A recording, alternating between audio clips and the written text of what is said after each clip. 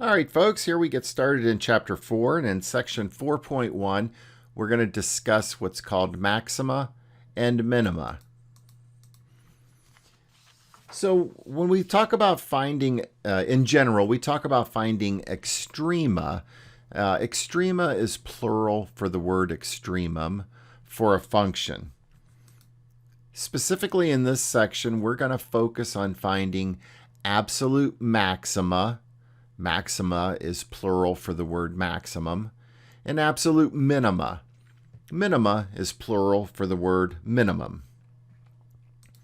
Now, along the way, we're also going to discuss local maxima and local minima. And when we say local, we need to think, for points that are close by. So a local maximum is a high point relative to points close by, and a local minimum is a low point relative to points close by. And it's for this reason that I may at times, refer to a local maximum or a local minimum as a relative maximum or a relative minimum. Actually, many calculus books refer to them as relative instead of local. So if you hear me say relative, just think that means the same thing as local. Folks, I'm going to direct you to page 198 in your text. You can see a definition for absolute maximum and absolute minimum. And on page 199, there's a good sequence of graphs that I'm going to try to look at now. So you should see this sequence of graphs on page 199. So now in the set of graphs, we see a function that is graphed on different intervals. In part A, the function is graphed on the interval, parentheses 0, comma 2 square bracket. So on this interval, it looks to me like the function has an absolute max. There's an absolute high point on the graph. It's up there at 0, 4. But on the interval, there is no absolute minimum.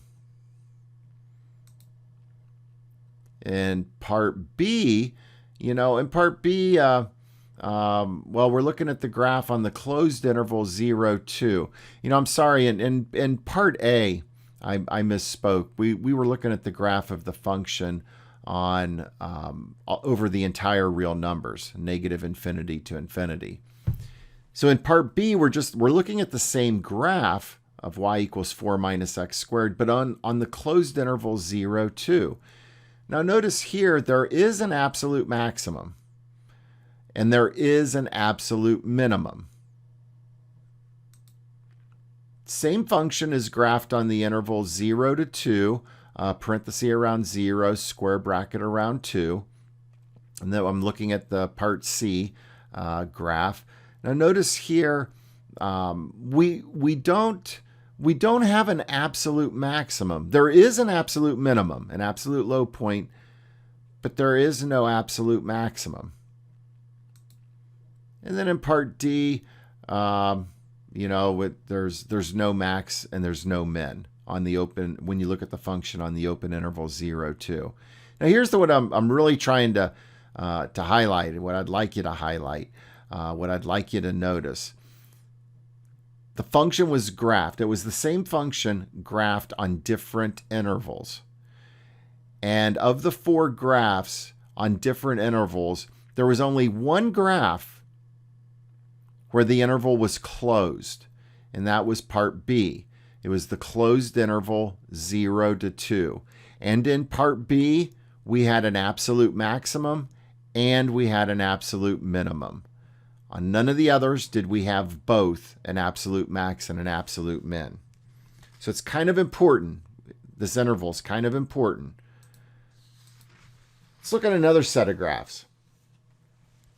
In these two graphs, notice in part A, there is an absolute minimum, but there is no absolute maximum. Same as the graph in part B. It's the same deal. Now, what I want you to notice about these graphs is they're not continuous. You know, they're not continuous for all values on the interval. Now, the previous slide showed the importance of the interval, and here we're seeing the importance of continuity. Specifically, these graphs have highlighted exactly when we have absolute extrema. And when I say absolute extrema, I'm talking about both an absolute maximum and an absolute minimum. And this gives rise to the extreme value theorem. And this extreme value theorem, it's another one of those existence theorems. So the extreme value theorem says if your function is continuous on a closed interval AB, then it is a guarantee that the function has an absolute maximum and an absolute minimum on the closed interval AB. Tells us it definitely exists. So the key things, the function has to be continuous, the interval has to be closed. So if your function is continuous and the interval is closed, we know an absolute maximum exists and we know an absolute minimum exists. Now the absolute max or the absolute min, it may occur at the endpoints of the closed interval, or it might be at a point in the interior of the interval or in the open interval AB. In the open interval AB, that could be occurring at what is called a local maximum or a local minimum. As I've already said, the extreme value theorem is an example of what we call in mathematics an existence theorem. And we know an existence theorem, it just tells us when something exists. It doesn't tell us how to find things. It just says, hey, they exist. So in order to develop a process that we can go through, once we know for sure that the absolute extrema exists, we're going to develop a process to locate these absolute extrema. And in this, we're going to have to discuss how to find local extrema. So folks, to help us understand how and where local extrema can occur, I'm going to head off to the chalkboard. All right, folks, to try to develop what we're going to talk about next, I have a graph of some function over here. I don't know what the function is, don't care. Just by looking at the graph, right here, this is called, let me use what the verbiage that your book uses, this is called a local minimum. For points nearby this point, it's the lowest one. That's what makes it a local minimum. This point here, that's a local maximum. Because for points nearby, it's the highest one. Likewise, this would be a local minimum. And that would also be a local maximum.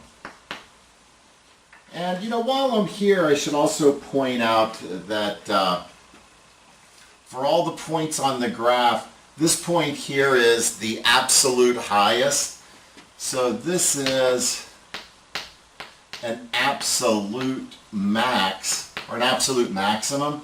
And for all the points on the graph, it looks like this one is the absolute lowest. So besides being a local minimum, it is also an absolute minimum. All right, now let's look at the local mins, the local minimums, and the local maximums. So let me just kind of start off by saying at x equals b, c, d, and e, all those values of x all of them yield a local extreme value or a local extrema. We don't know what the function is, so we can't compute its derivative.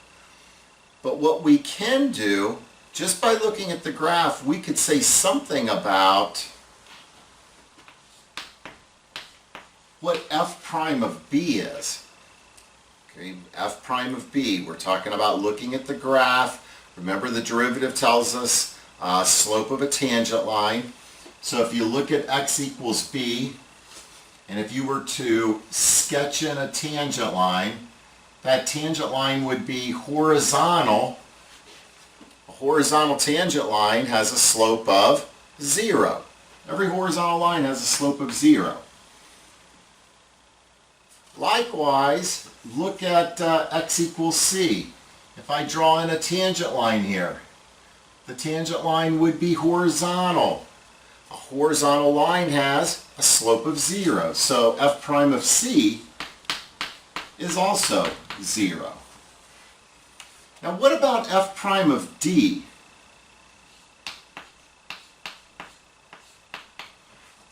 Well, this is a value where the graph is making a sharp turn. So remember, way back in when we first started talking about derivatives, you know, those 4 important words at the end of the definition of the derivative, provided the limit exists, we talked about what that meant graphically, and we said graphically, wherever you see a sharp turn, that means the derivative, well, it's undefined.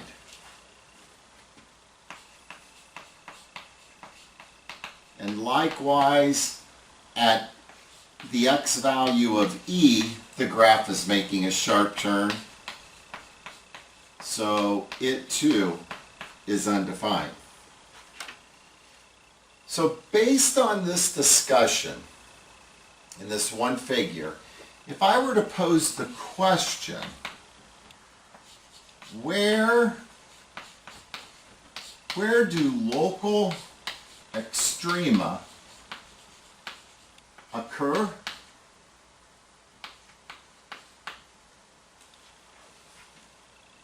This is answering the question. The answer to the question, where do local extrema occur?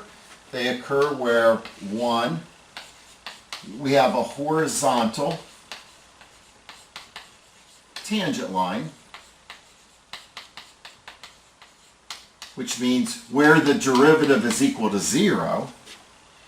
And we also have a local extreme value where the graph has a sharp turn, which means where the derivative is undefined. This is really important, in fact so important, you know, this is critical to our study of what we're doing. Let's head back to the slides and kind of formalize it. All right, at the chalkboard we saw that local extrema occur where there is a horizontal tangent line, in other words, where the derivative equals 0, or where we saw a sharp turn in the graph. And remember, sharp turn in the graph, that's where the derivative is undefined.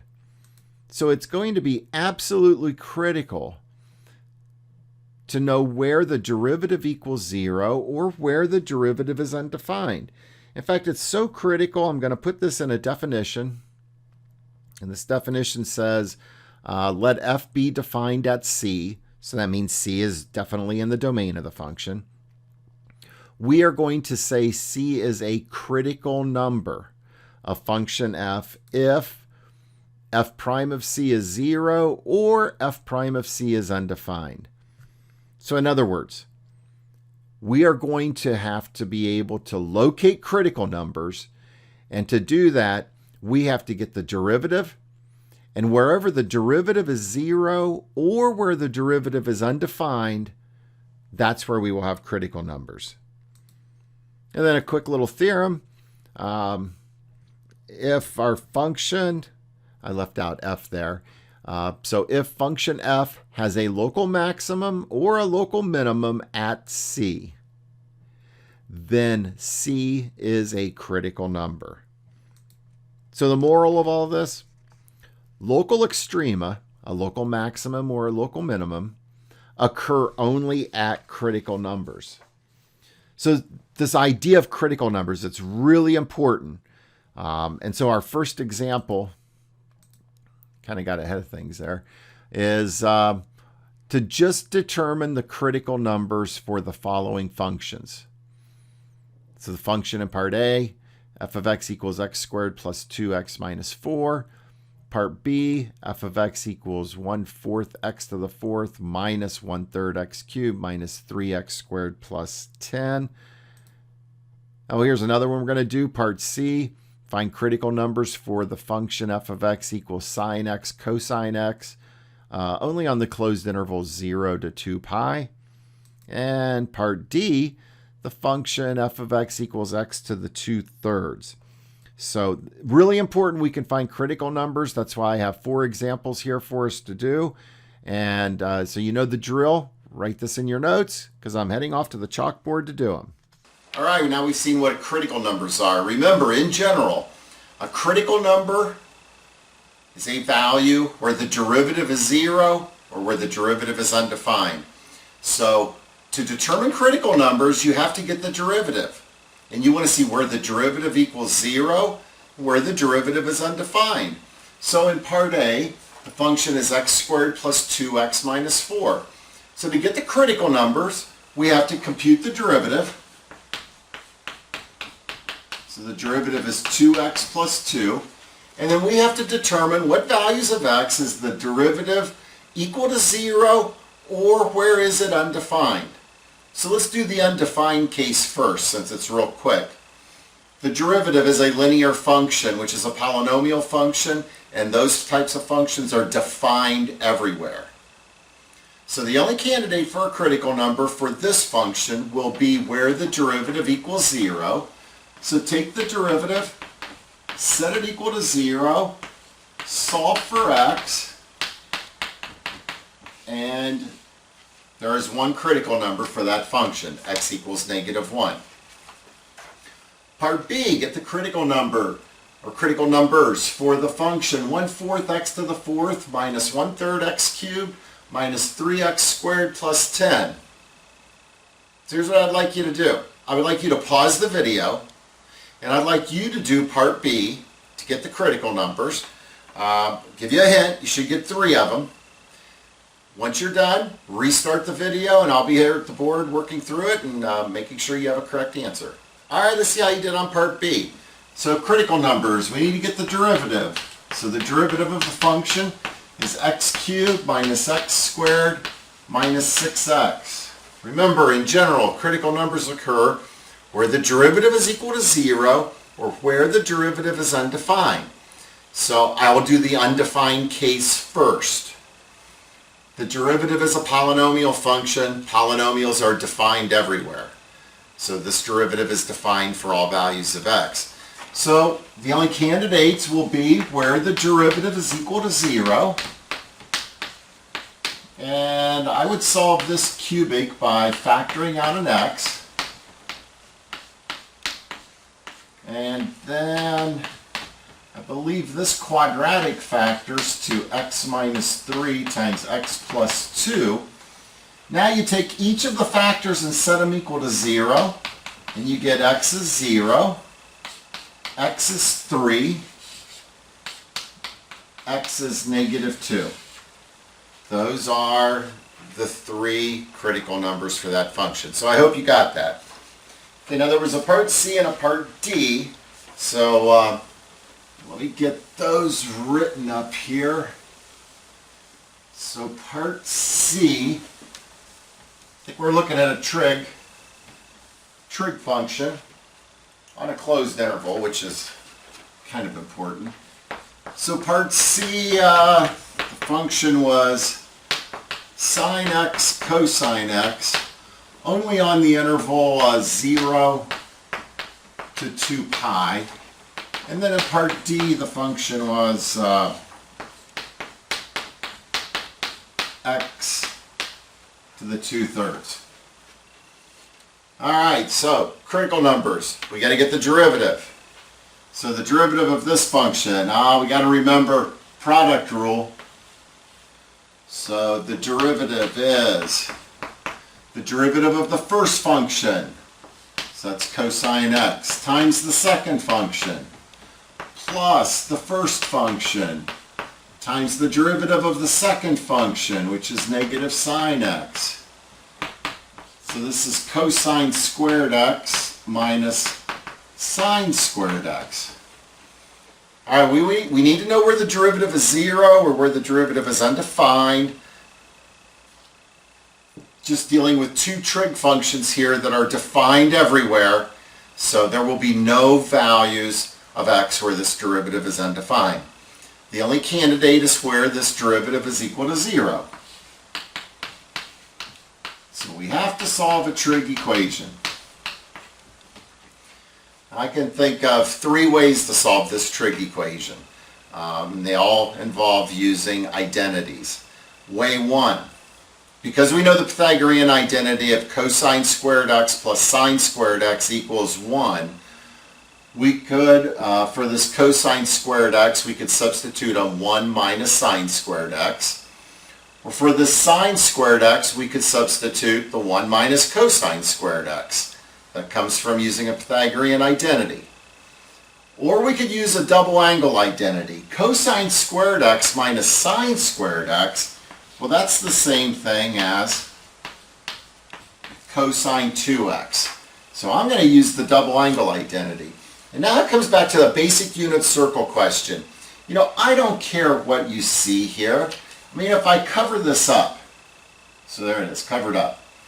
Where does cosine, there's nothing behind, where does cosine equal 0? Well, as I start to go around the unit circle, cosine is equal to 0 at pi over 2 and at 3 pi over 2. So that means what's behind my hand must equal pi over 2 and 3 pi over 2. So let me write that down. Okay, now you should have seen in trig a little trick when solving a trig equation like this. When you have a 2x here, this 2 tells you to make a second trip around the unit circle. On the first trip around the unit circle, you pick up these two angles. On the second trip around the unit circle, you're just getting angles that are coterminal to those two. And remember, you have coterminal angles by simply adding 2 pi. So I add 2 pi to pi over 2. That would give me a 5 pi over 2. I'd add 2 pi to 3 pi over 2, and that would give me a 7 pi over 2. So to get x, because we want to know what x is, not 2x, I take and divide both sides of the equation by 2. So I just divide each of these by 2 to get pi over 4, 3 pi over 4, 5 pi over 4, and 7 pi over 4. And notice those are 4 critical numbers. All of them are in the interval 0 to 2 pi. So the ability to solve a trig equation, I know you spent time on that in trigonometry, it's really important now. Part D, well, got to get the derivative. So the derivative is 2/3 x to the negative 1/3. Or if I rewrite this without a negative exponent, it's 2 over 3x to the positive 1/3. Or if I rewrite it as a radical, it's 2 over 3 cube root of x.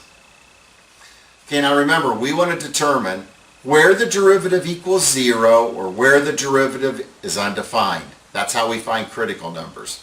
I'm going to make an aside here because my derivative, it looks like a fraction. So I'm going to make an aside here. When does a fraction equal 0? So let me just write down a generic fraction. Generic fraction, a over b. When does a generic fraction, doesn't matter what the numerator is, doesn't matter what the denominator is, when does a over b, when does it equal 0?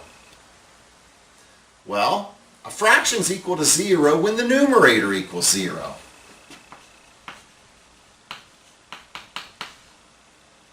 So what about a fraction being undefined?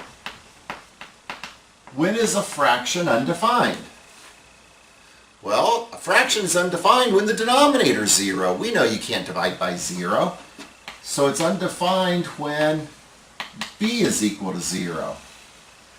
Just kind of file this away. I know it's just basic algebra type stuff, but it can help us tremendously in finding critical numbers. In other words, I look at my derivative. For what values of x is my derivative equal to 0? Well, my derivative looks like a fraction. The only time a fraction is equal to 0 is when the numerator is equal to 0. Can I put in any value of x? Is there any number I could put in for x that's going to make this numerator 0? Well, the answer is no. The numerator is always 2. So the derivative is never going to be equal to 0. All right, are there any values of x that will make the derivative undefined? Well, a fraction's undefined when the denominator is equal to 0. So are there any values of x that will make the denominator equal to 0? Yes. The derivative is undefined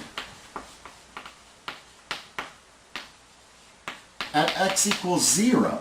That's what would make the denominator 0. So the derivative is never equal to 0, but there is a value of x where the derivative is undefined.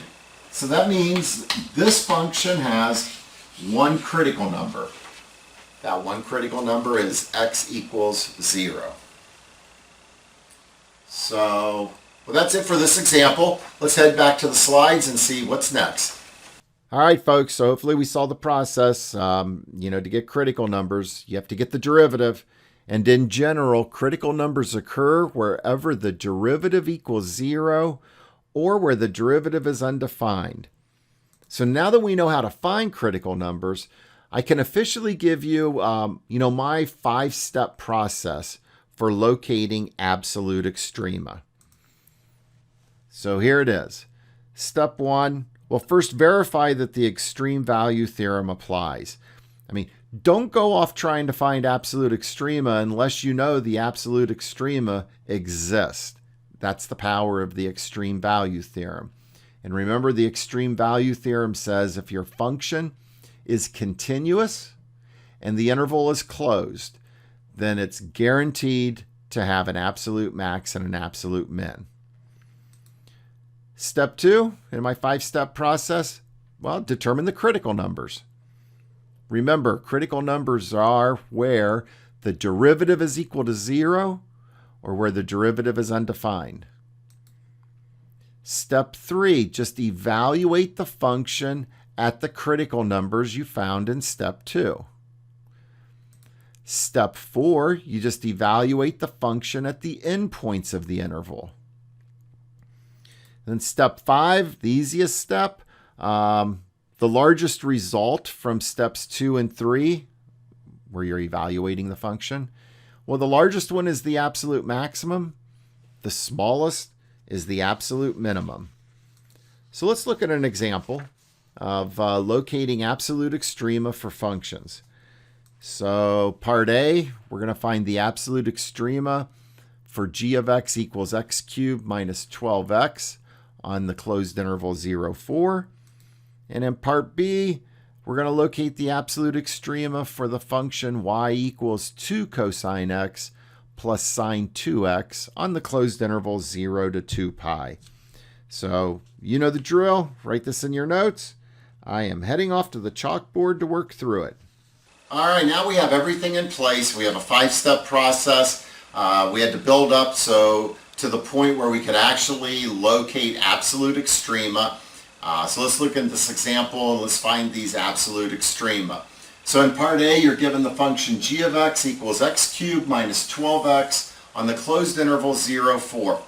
Remember the first thing, verify the extreme value theorem applies. So the extreme value theorem says, is your function has to be continuous on a closed interval. Well, the interval is closed. The function itself is a polynomial function, which is continuous everywhere, so the extreme value theorem applies. And the extreme value theorem tells us that it is a guarantee to have an absolute max and an absolute min. So next, Well, we got to get the derivative. So the derivative is 3x squared minus 12. Remember, we're trying to find critical numbers. Critical numbers occur wherever the derivative equals 0 or wherever the derivative is undefined. This derivative is defined everywhere because it's a polynomial. So the only candidates will be where the derivative is equal to 0. So we set the derivative equal to 0. And then I would add 12 to both sides and then divide both sides by 3. Take the square root of both sides and we get x equals plus or minus 2. But since we're looking on the interval 0 to 4, we don't care about the critical number x equals negative 2. The only one we care about is x equals positive 2. That's the only critical number that's in the interval. Okay, so then the next step. Evaluate the function at all the critical numbers you found. So we have to evaluate the function at 2. So we get 2 cubed minus 12 times 2. That gives us a negative 16. Next step. Evaluate the function at the endpoints of the closed interval. So we have to evaluate the function at 0. And g of 0 is 0. And we have to evaluate the function at 4. So g of 4 is, 4 cubed minus 12 times 4. So that's 64 minus 48. That's 16. Then the last step, it's the easiest step. You look at the results here. The largest one you see is the absolute max. The smallest you see is the absolute min. So we conclude that the absolute max is 16 and it occurs at x equals 4. The absolute minimum is negative 16 and it occurs at x equals 2.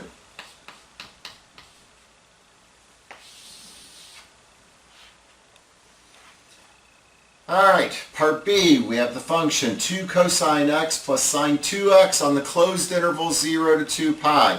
So it's a closed interval. The function involves cosine and sine.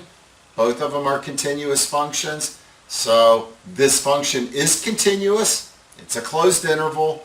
So the extreme value theorem guarantees there's an absolute max and an absolute min. So we begin by, we have to get the derivative.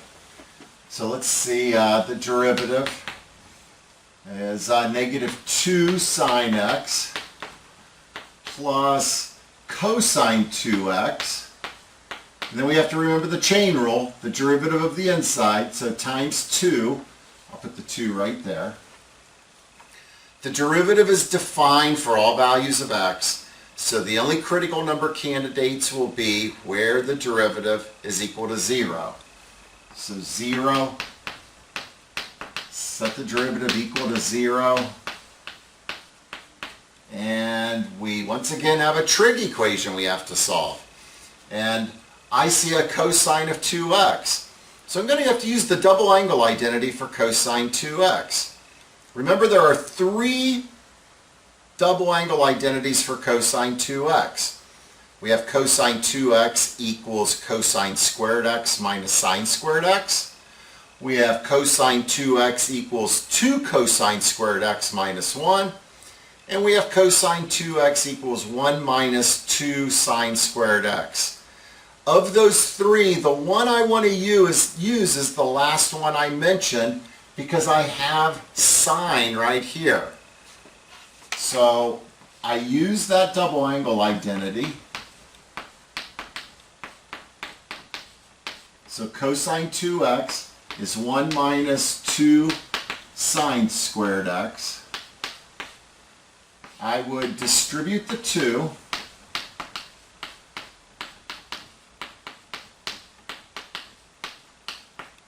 And then I'd multiply both sides of the equation by negative 1.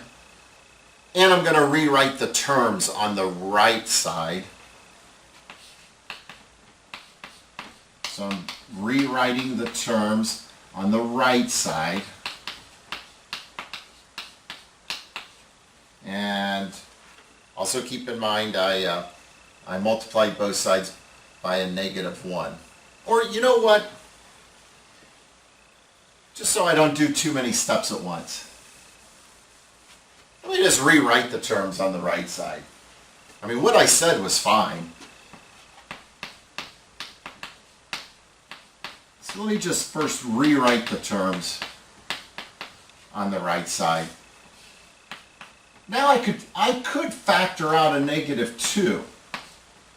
Let's see, that would leave me with a +2 sine squared x plus a sine x minus 1.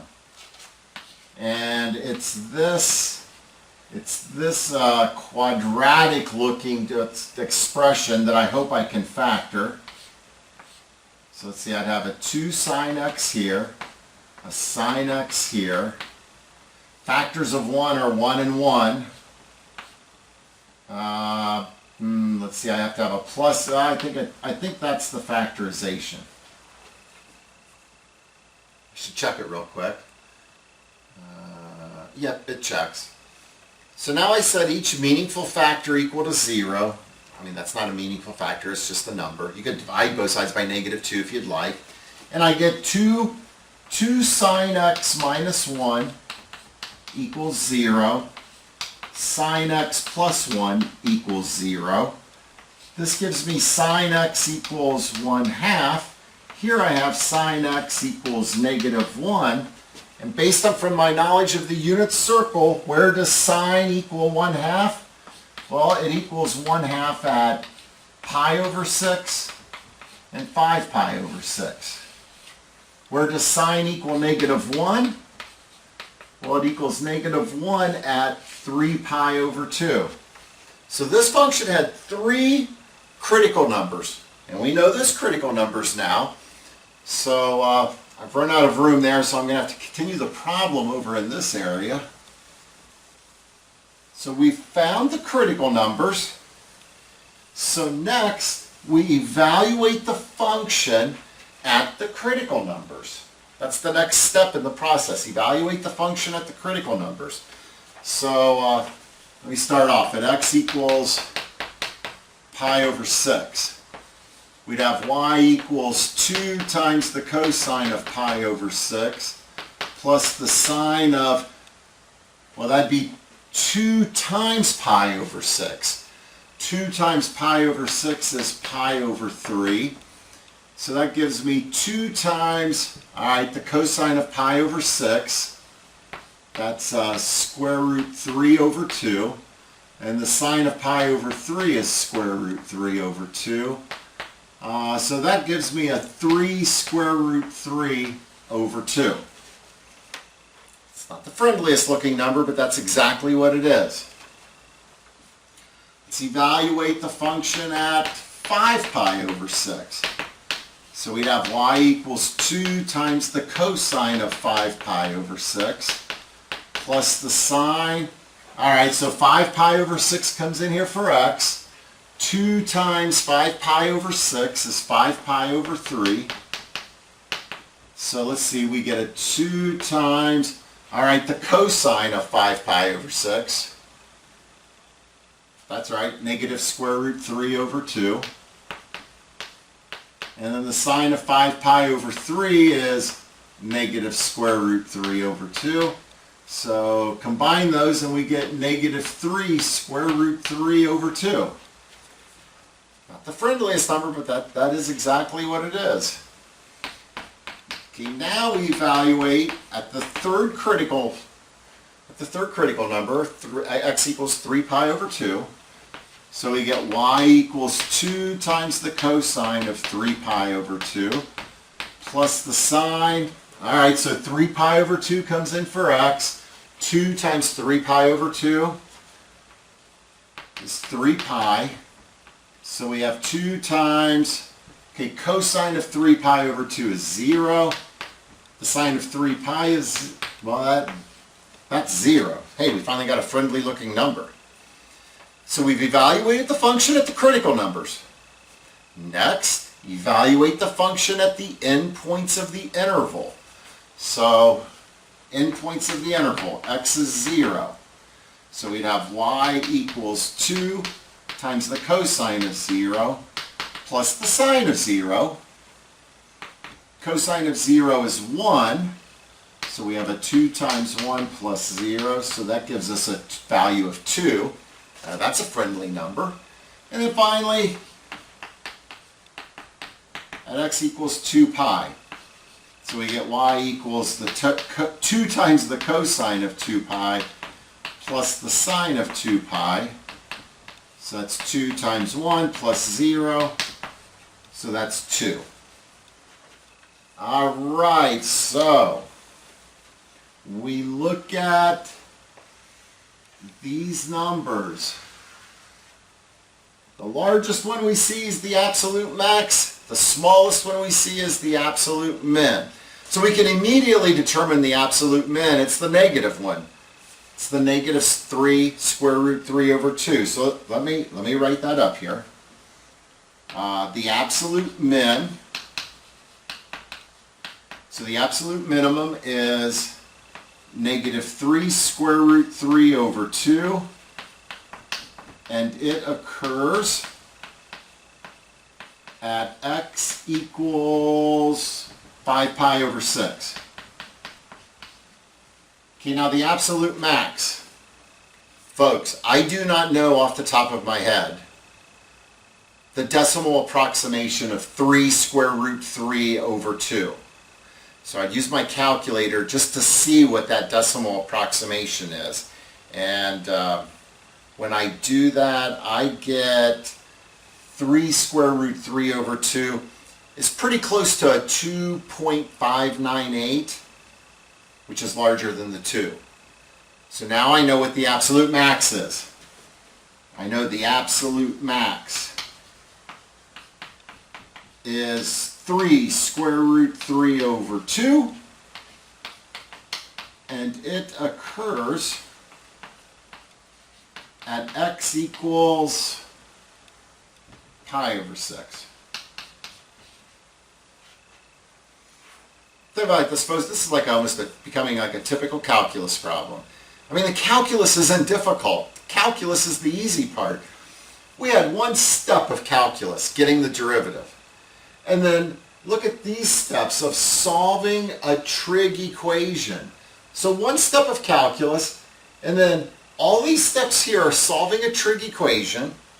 And then over here, we're just evaluating a trig function, which brings us back to our basic knowledge of the unit circle.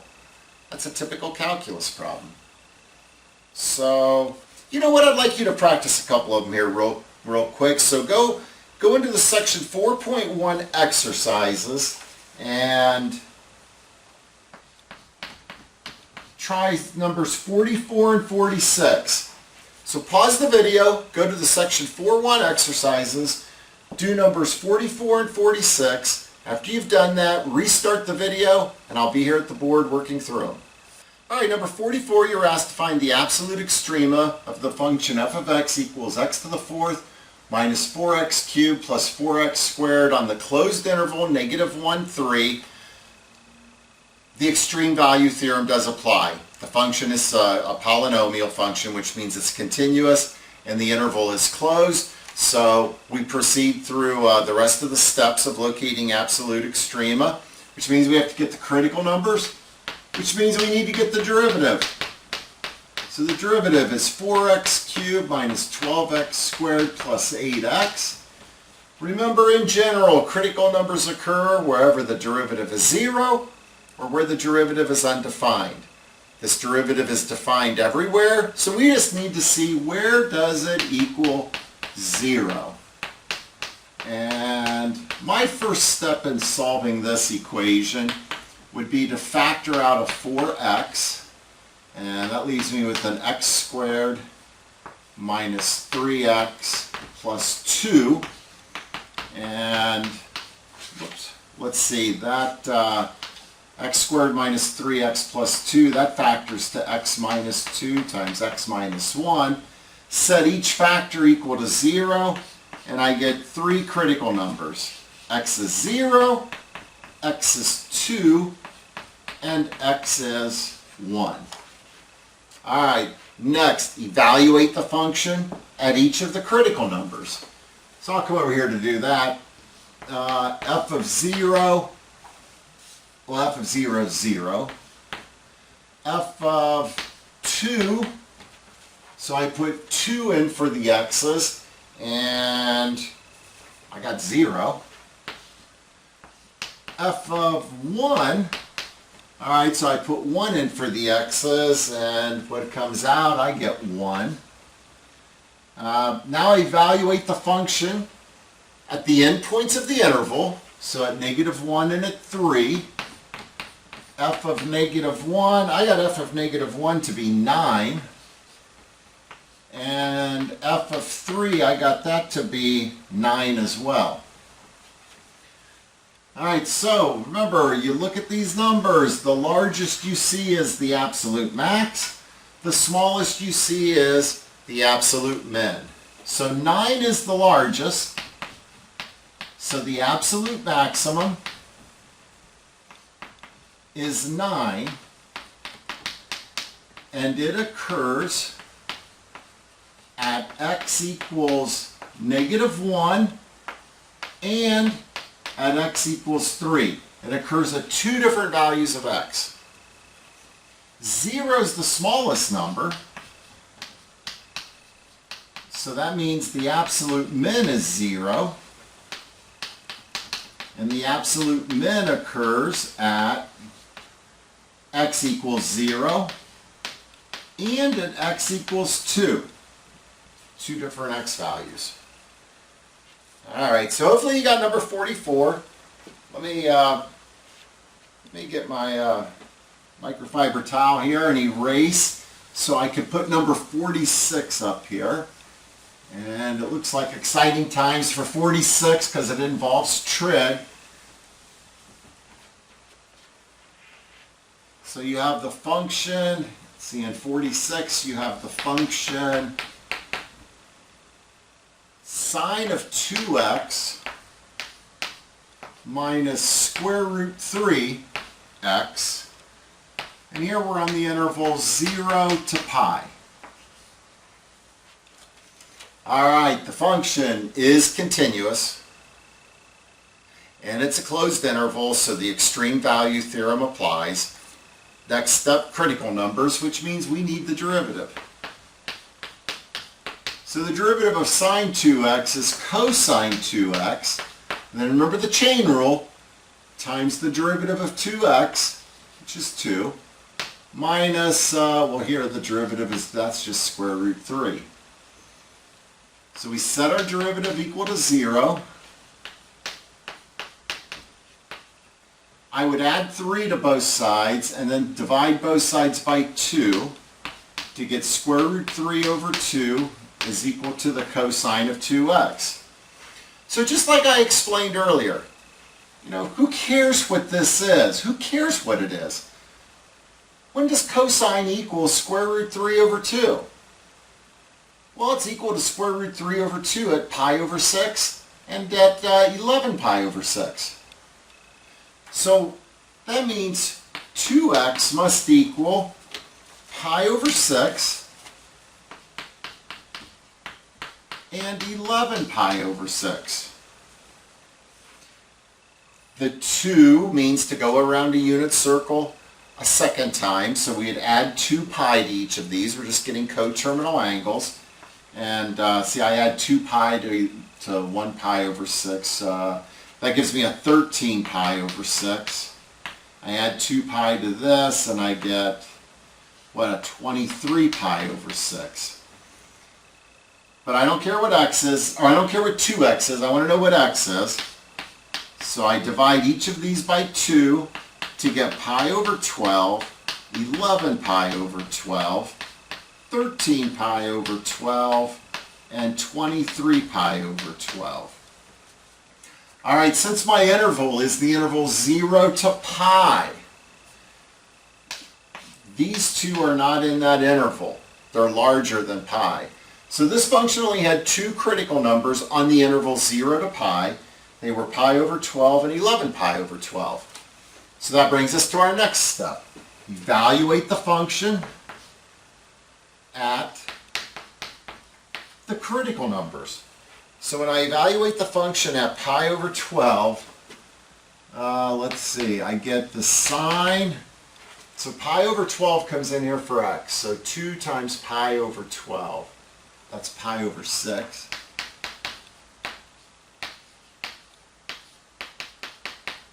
Minus square root 3 times pi over 12. All right, folks, so this gives me, well, the sine of pi over 6. So I get 1/2 minus pi times square root 3 over 12. I have no idea what that number is. I'm just going to leave it as it is right now. Now we need to evaluate the function at 11 pi over 12. So 11 pi over 12 comes in for x. 2 times 11 pi over 12 is 11 pi over 6. And then we have minus square root 3 times 11 pi over 12. So let's see, the sine of 11 pi over 6. That's negative 1/2. So we have negative 1/2 minus, what is that? 11 times the square root of 3 pi over 12. Oh, that's a very ugly looking number. Now we evaluate the function at the endpoints of the interval. Hopefully we get some friendlier looking numbers. So let's see, that gives us the sine of 2 times 0, so that's the sine of 0, minus square root 3 times 0. Well, the sine of 0 is 0, so this ends up being 0. And f of pi is, well, the sine of pi minus square root 3 times pi. The sine of pi is 0, and well, that is just that mess. Okay, so we need to, well, you know, I need to get a decimal approximation for these. I have no idea what these are off the top of my head. The only one I know is 0. So when I use my calculator and I get a decimal approximation for this mess, I get, it's pretty close to about 0.0465. The decimal approximation for this is about negative 4.4879. And finally, the decimal approximation for this is about negative 5.44. Okay, so now I can see that this is the absolute min. It's the smallest in the list. So I can write the absolute minimum is negative pi square root 3, and it occurs at pi. Notice I list the exact value. You know what, I'll say it occurs at x equals pi. The absolute maximum is, okay, let's see, it's this. I'm going to list that. I'm going to list the absolute maximum as 1/2 minus pi square root 3 over 12. And it occurs at x equals pi over 12. All right, that's it for number 46. Now, hopefully you got numbers 44 and 46. But in any event, that's the end of section 4.1. So at this time, head off, do the exercises in section 4.1, and thanks for watching.